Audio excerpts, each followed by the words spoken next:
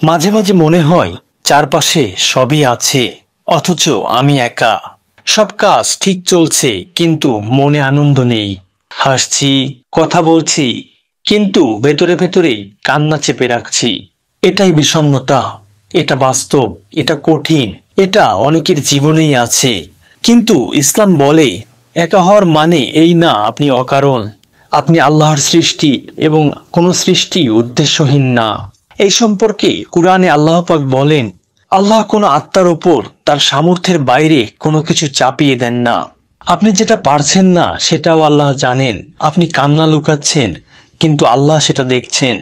আপনার ভাঙা মন, নিঃশব্দ দীর্ঘশ্বাস, এগুলো আসমানের মালিক শুনে ফেলছেন। প্রতিদিন রাতে একটু সময় দিন এবং আল্লাহকে বলুন, হে আল্লাহ, আমি ক্লান্ত, আমাকে শান্তি দাও।